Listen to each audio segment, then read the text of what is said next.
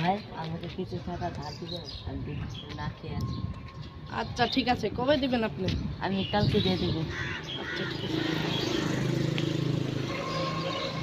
ধরেন দিয়ে দিন সময় মতো। হ্যাঁ আল্লাহ তাকে ভালো করে।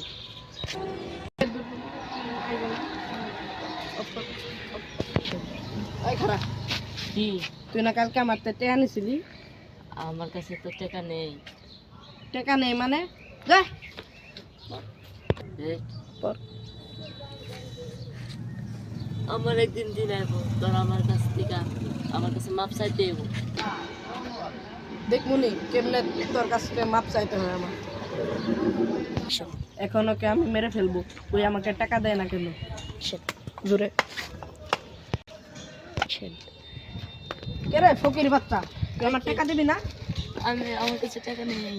আচ্ছা ভালো কথা, টাকা নেই ভালো কথা, এখন থেকে আমি ঘুরতে নিয়ে যাবো। আচ্ছা ঠিক আছে। বল। কি?